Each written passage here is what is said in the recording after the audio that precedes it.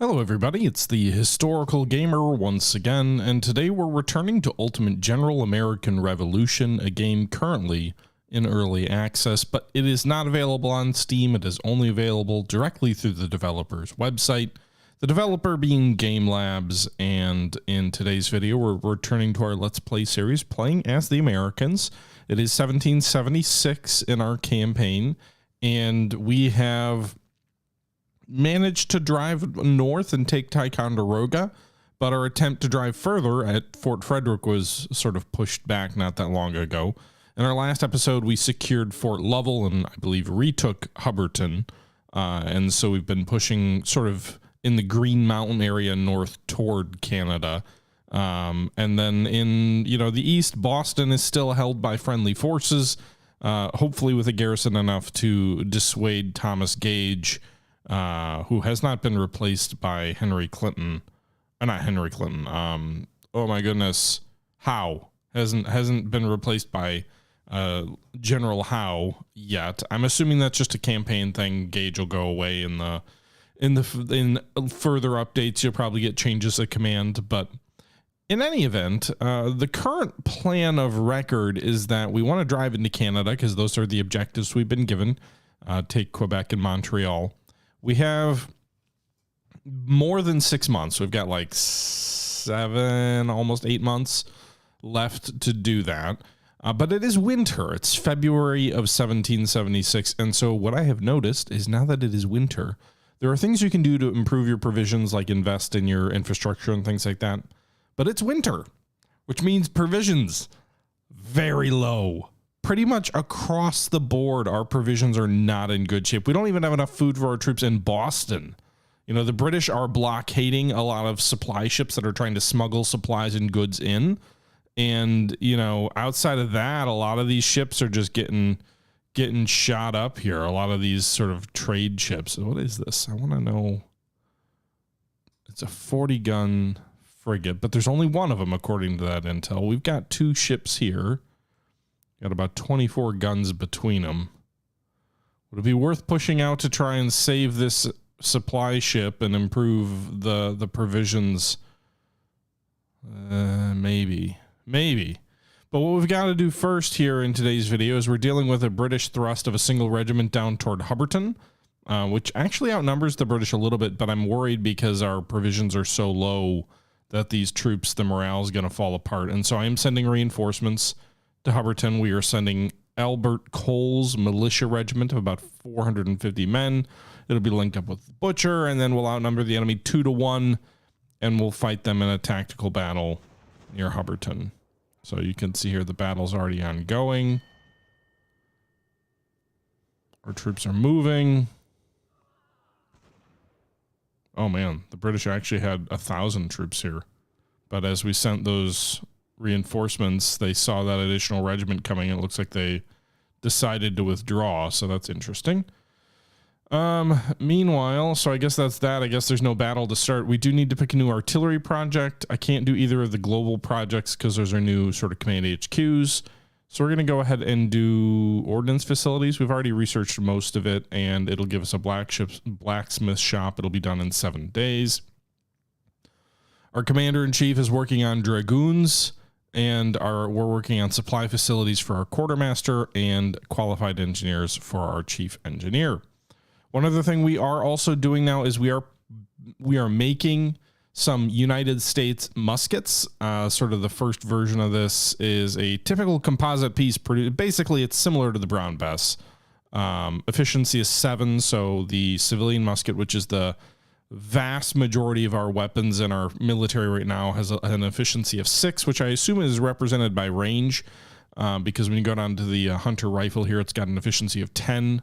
The Charleville has 9, but you can see here the United States musket here with a bayonet, an efficiency of 7. But where the real big difference is with our current civilian musket is when it comes to the melee skills or the melee capabilities. Presumably the civilian muskets are not really equipped effectively to be used with bayonets, and so you've only got an 18 melee skill there.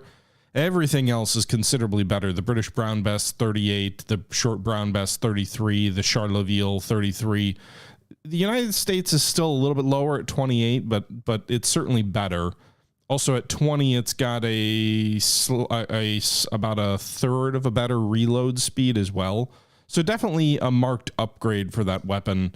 We're producing how many a day? I think we're producing about 30 a day, 40 a day right now of the United States muskets here. 30 a day. We're still making some civilian muskets because, again, the vast majority of my troops are equipped with it, so I need to continue building replacements for the muskets that we have. Additionally, one other thing we're going to do here is I was sort of talking about provisions. I need to invest a little bit in infrastructure here. You know, going with mining would probably be a good idea in some regards, like in terms of producing stuff that we can then turn around and sell and fund ourselves. But provisions, I don't see an option on the market to buy provisions. You can buy ammo and you can buy furs and wagons and textiles, but I don't see any option to purchase any actual food. So I do think I need to invest in that. It does cost about $1,200 per region. So I'm going to invest sort of in northern New York here. That'll support the drive into Canada. That'll take a little while to build. 100+ days. Yikes. And then I will also invest in sort of New Hampshire. I mean, we've already got 2 out of 5 in sort of eastern Massachusetts, but we probably will need some investments here to support any drive north against the British on the coast. So let's do that too. So that's going to be our first real investments in a while in terms of the building stuff with regards to the economy. Now, that does put our finances in a pinch. We kind of had balanced things out a bit, but we're going to go ahead and sell some surplus resources to get some of that cash back. I don't have surplus construction to sell. I'm actually short of where I wanted to be with that. But in any event, we can go ahead and get most of that money back here by selling things. So we sold coal and saltpeter and copper. We're already almost back to the 3,000 we were at. We've actually got 2 furs we can sell. That'll probably generate about 1,000. And then we've got some textiles also. So that'll generate, we'll be almost at 4,000 here to do that. Also, I can sell a few of these civilian muskets. I usually like to keep at least 500 in stock for new units and reinforcements and stuff. We'll go ahead and sell the number above that to get me actually closer to 5,000. We could even sell some of these U.S. muskets. I've been trying to build a little bit of a stockpile before I start equipping regiments with it because I only have about 180. We've only been making them for about 6 days. But so I think we'll hold off on that for now. But we can sell them, I believe, at a little bit of a profit as well. We could raise a fair chunk of cash if we sell what we have now. But we'll hold that in the back of our pocket as sort of an emergency thing. We're going to send Cole's boys into Hubbardton. And I guess, you know, hopefully that'll keep the British withdrawing away from our position here.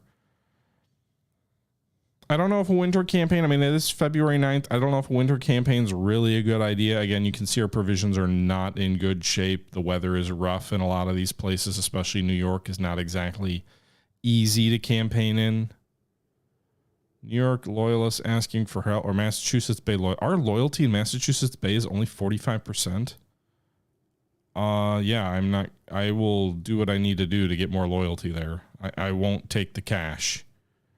Meanwhile, Benedict Arnold out here at Fort Ticonderoga, kind of waiting for an opportunity to drive on Fort Frederick. Again, provisions are not good here. So we were trying to sort of rebuild a couple of regiments that had lost quite a few men.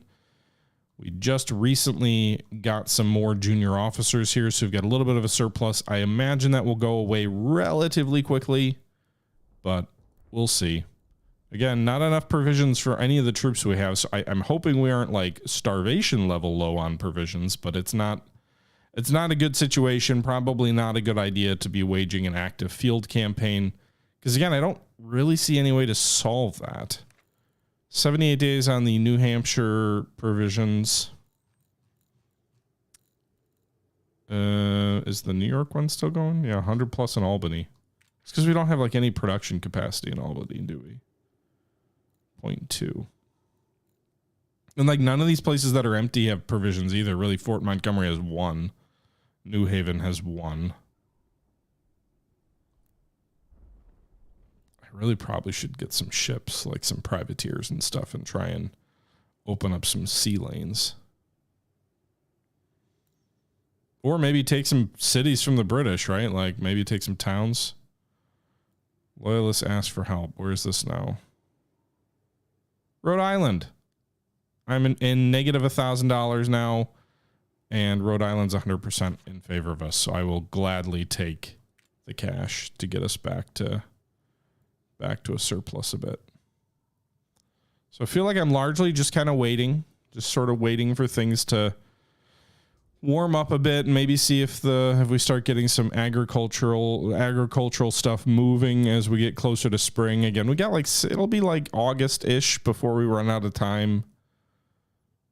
Maybe a little bit later. So we have time. It is a pretty deep drive into Canada though to get those objectives, but I'm hopeful that we can accomplish it. Ticonderoga has 3 regiments of regulars. If only they had provisions. I don't think there's any way you can buy provisions. You can upgrade a warehouse to increase capacity for storage, but I don't think someone's targeting leadership, but I don't know where. All right, so some of those troops that we drove back look like they're filtering into Frederick and strengthening it. We are now out of money. Let's go back to the market. We're up to 366 U.S. muskets here. Nice. Also, we got 4 more copper, so we're in the red in part because we had a production cycle go through. And building stuff costs money.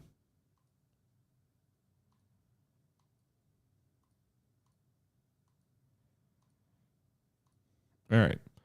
Back over 2,000 for a day, probably. So I'm thinking we'll probably wait till March to wage a campaign. Oh boy, they're reinforcing Frederick heavily. It looks like they've got 3,000 troops there now. We'll have to figure out a way to get more men there. Boston has a nice, beefy, regular regiment here under Gerhard Ziegler that I did raise. Ordnance is finished. Okay.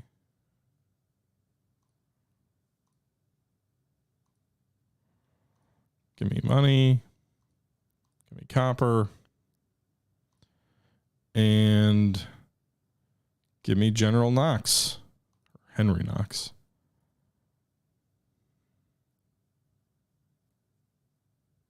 Supply facility. What will this do? Upgrade grain mill to supply house. Okay. It's not really what I'm looking for, but I'm looking for like more provisions or just automatically raised. But yeah, they've definitely reinforced Frederick here. Some of these regiments look really under strength. 76, 95, 97, 75. So they may considerably increase their strength if they have the recruits to do it.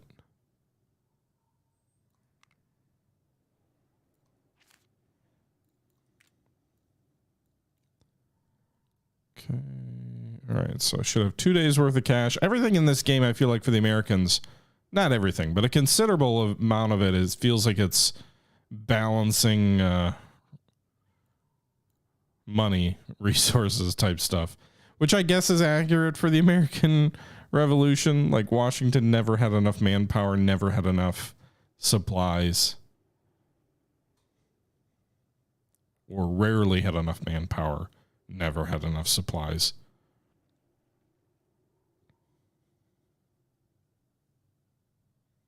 Something I didn't know about the American victory at Yorktown.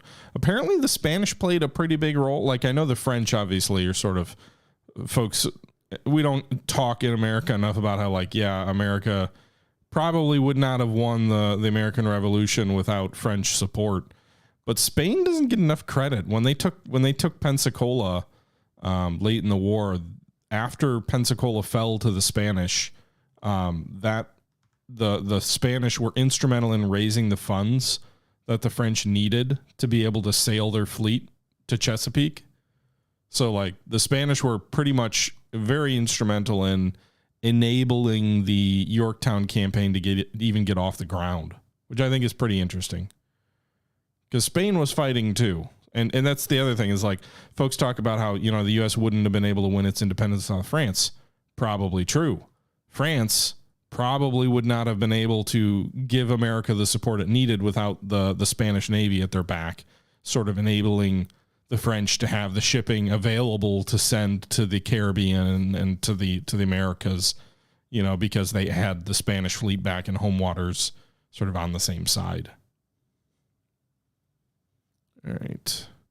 We are producing a fair chunk of iron. I've always been hesitant to sell it, but I do want the money, so I'm going to sell all but 25 of it. Nice chunk of cash there.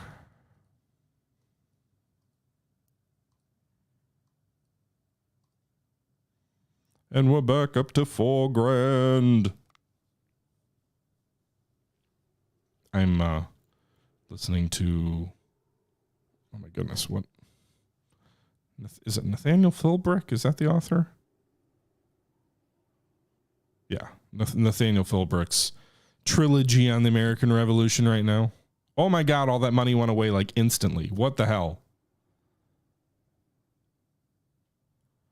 Suspicious merchant. I can't piss off Massachusetts Bay folks. I need their money. Or I need their loyalty. I don't have much of it right now. All right. I need to sell some stuff again to get back. You really don't want to be in the red if you're negative money wise. That pretty quickly starts having major impacts on your ability to even maintain the forces that you have. So, all right.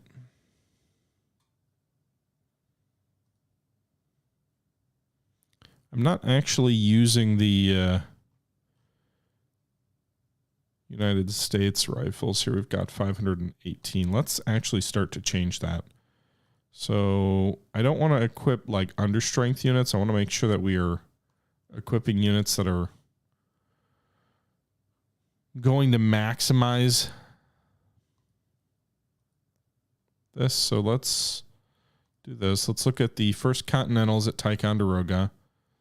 They've got 100 out of 120, 100 out of 120, 100 out of 120, 102. Okay, so we'll just equip these guys with the United States rifles. Or not rifles, but muskets. So that'll be 400. We've got 500 in stock. Go ahead and apply. So that whole regiment, it could raise one more company of troops, but for the moment anyway, that whole company, that whole regiment is going to increase their firepower dramatically. And the other benefit is by swapping out all those weapons, I now can sell 380 of these civilian muskets for a tidy little sum to get my economy back on track for a day. All right. Also, because of the weapons these boys are using, I want to put these guys first in line priority-wise for reinforcements. And then I'd also like to raise another company of Fusiliers here probably, or maybe supply stretchers.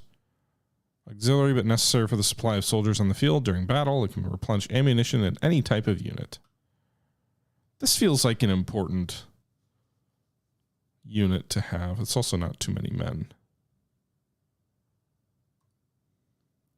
Do I have to equip them with weapons, though? No, it doesn't look like they consume weapons. They're probably unarmed. All right. So, I solved my money problems for a day. I really need to get provisions set back up. Again, I think they're low because of the season. I'm making an assumption that provisions are low because of the time of year it is, and there isn't enough sort of fodder out there. That may not be an accurate assumption, so guess we'll find out.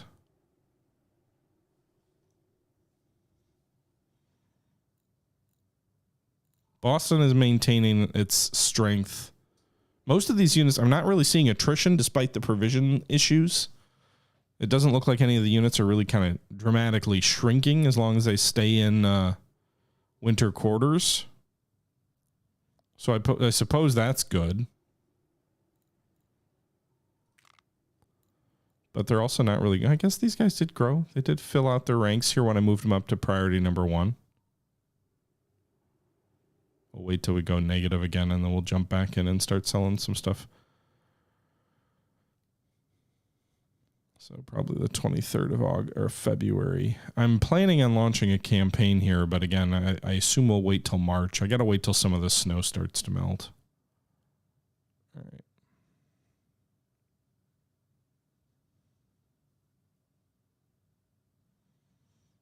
I don't think I don't know if anybody's using that. Maybe they are. It's interesting also in this game to me how provisions are consumed. Even like you've got rifles, right? You got 500 men. You lose 5 to desertion. You get 5 more replacements. Those new 5 replacements get new rifles. Like there is a limited amount of sort of reuse of existing weapons as new recruits come through. And I think that's interesting because it really gives a sense of wastage to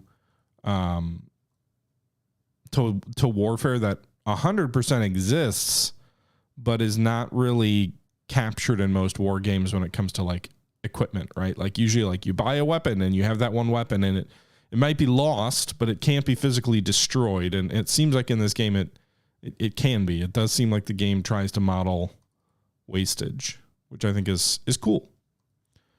All right.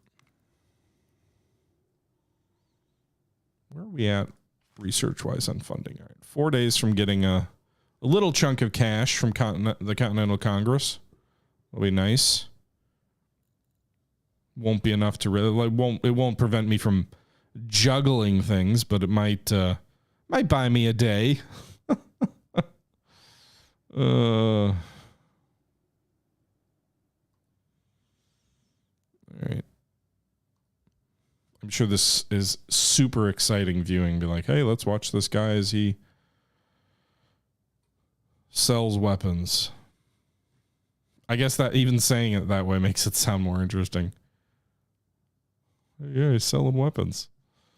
Ammunition, I guess. I've never done this, but I'm going to sell 51 of this.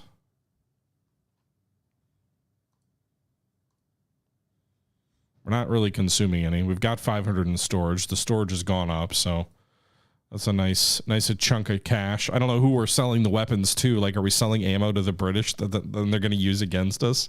Like, what is the market for that, right? Who's buying that?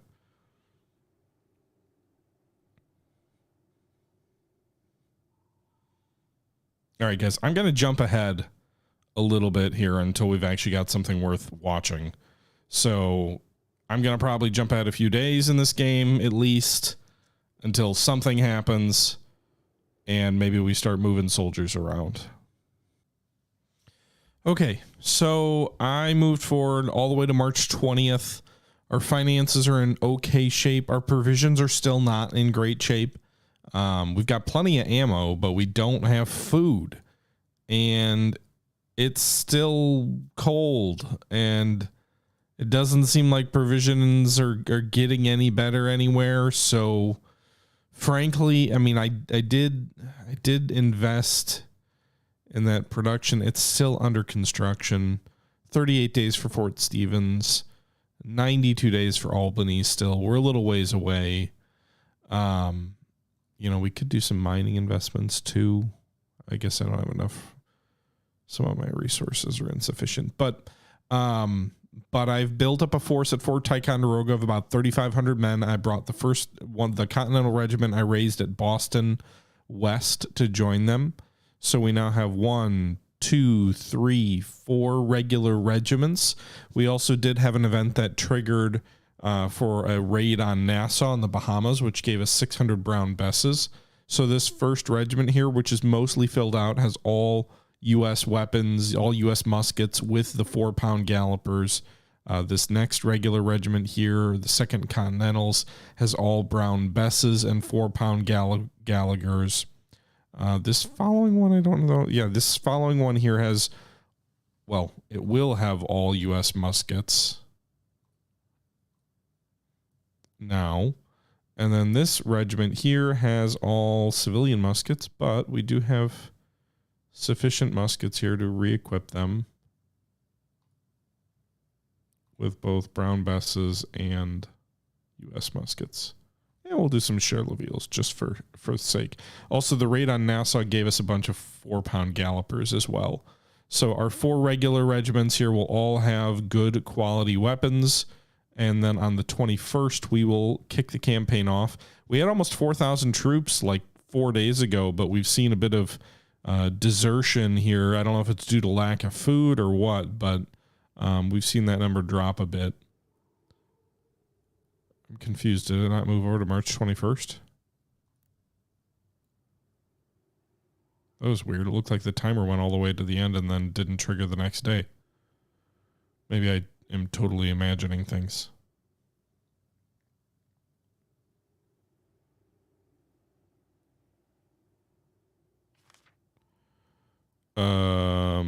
We just got 181 hunter rifles from skilled craftsmen. Good job, boys. All right, so we've got about 3,500 men. The enemy has about 2,100. I mean, we could bring Daniel Morgan's riflemen forward. We also did just get more hunter rifles, enough to equip a new company. So I'm kind of tempted to add a 3rd company of riflemen here. We'll do that, but I'll save them for possibly a follow-on battle if Frederick goes well. We'll have to see though. The last time we fought at Frederick with Benedict Arnold, it did not go well. Anyway, we are going to form a couple of regiments here. I don't know why, not enough wagons or provisions. We do have a supply runner in that unit, so that could be why. Anyway, the blue coats are going to form a regiment because I'm just weird like that. So we're going to gradually... All right, McNutt's boys are going to go over here. While they do that, we'll have the brown coats form. Why are these guys all so ineffective?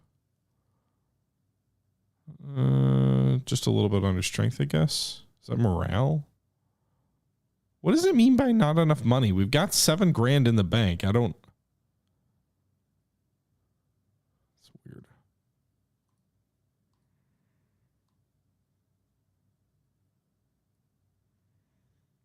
Okay, we'll form them into a brigade.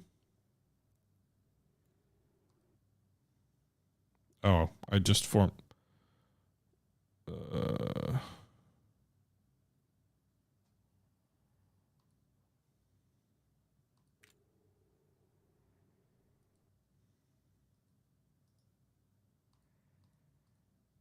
I know this is silly logistics, right?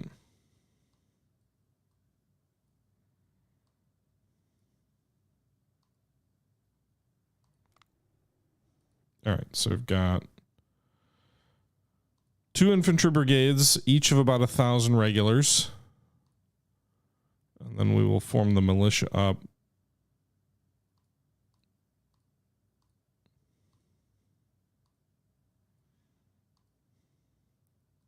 Into 1 brigade and then 1 just regiment of reserves, I guess.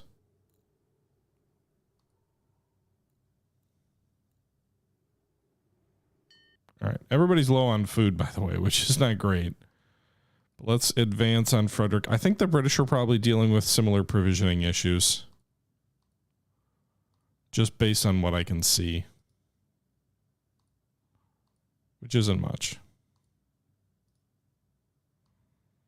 We'll form 1 army under Benedict Arnold. 3 brigades and a lone regiment will advance on Frederick. And we will hopefully have a battle here shortly.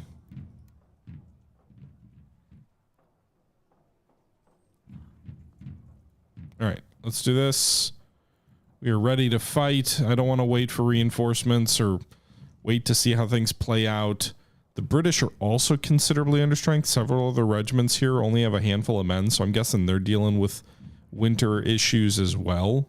So let's go ahead and fight this battle. Our reputation feels low at 37 as well. So that could also be why maybe we have more desertion than I would like. Or maybe I need to pay more. In any event, we're going to fight a snow battle. It says Fort Ticonderoga. I thought we were closer to the enemy's fort, Frederick, but here is Fort Frederick. Paul Breton has shattered, so apparently one of their units already shattered. All right, so here's our force all formed up. Let's do a couple of merges of units.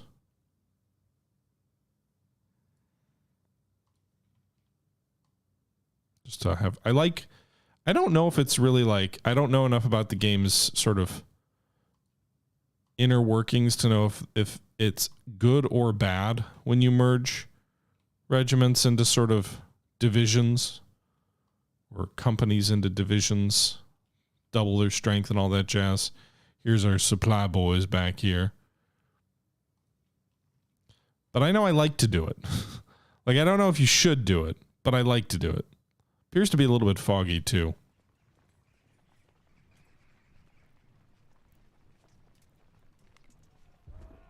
All right, you guys get up here into this wooded terrain. Oh shit. The British are forming up in divisions by the looks of it.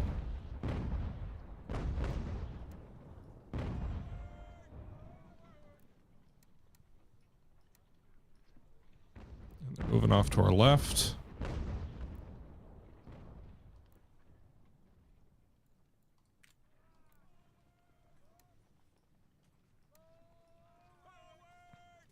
All right. Our conditioning doesn't appear to be great. Generally speaking,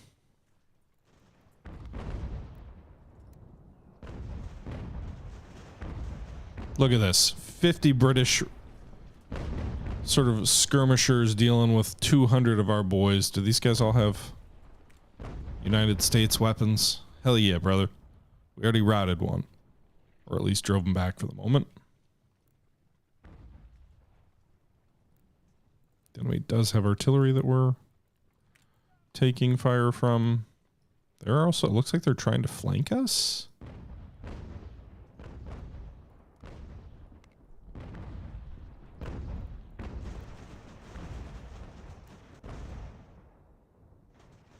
You guys need to wheel right a little bit.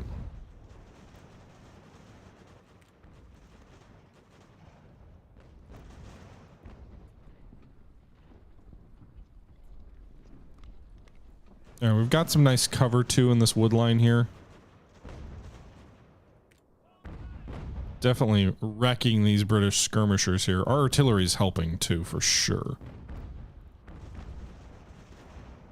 Just destroyed that company of light troops. Hell yeah, brother.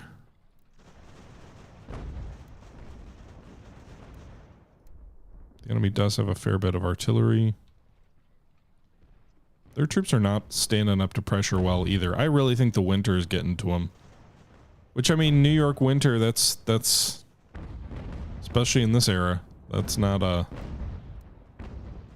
something to sneeze at. And again, we've got pretty good artillery. We've got 4 batteries of artillery, and they're all 4-pound Galloper guns. Benedict Arnold's boys are doing work.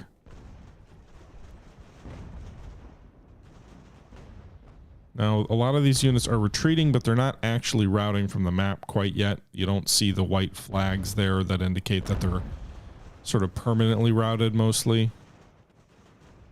But I'm totally content to just sit in this wood line. We are eating a bit of artillery fire, so we're not without losses, but I'm perfectly content with my own troops sort of laying back here a bit.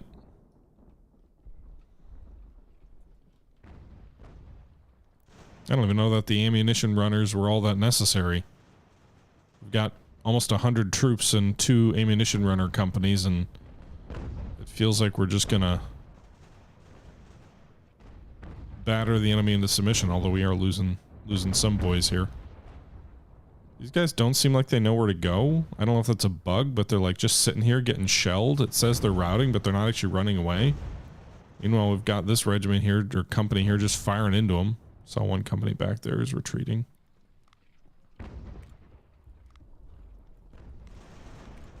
Let me upgrade the division, so.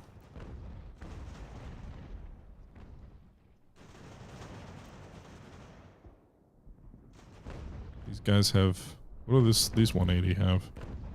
US. Yeah, the British don't seem to have much fight in them. They are not standing up to pressure all that well. We are gonna probably want to try and destroy these batteries. Now I want to be careful that we don't totally overextend ourselves, but I think the only reason the enemy isn't retreating is they have a considerable amount of artillery. We're gonna have to try and melee it.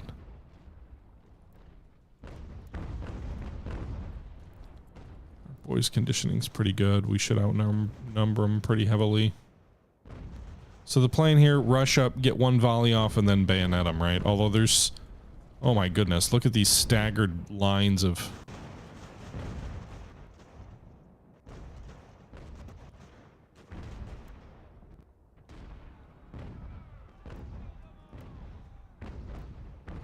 The problem is the guns behind them are going to be able to fire, you know, canister into them while we charge. You already kind of saw that result there. Are these boys routing too?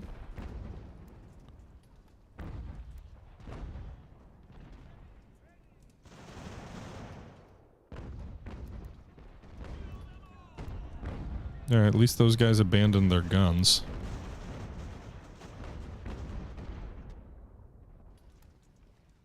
Should have sent my general forward with him to help. I don't think either of those two divisions that were routed initially are going to break. Like, they're still going to fight. So, oh my god, look at all of this artillery they have. All right, we just routed these boys from the map.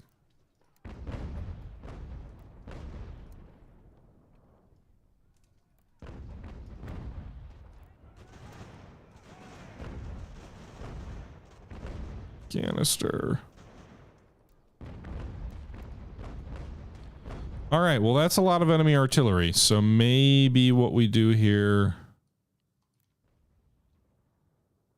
All right, everybody, spoiler alert, or not spoiler, but cliffhanger? I don't know. This is a longer battle, so I couldn't fit it all into one video. So we're going to wrap this one up here. Hope you guys enjoyed this video, the start of this big battle for Fort Frederick in the campaign to take Montreal and Quebec. We'll see how that plays out in the next episode. Until the next episode, this is the Historical Gamer once again saying thank you very much for watching, and until next time, I'm out.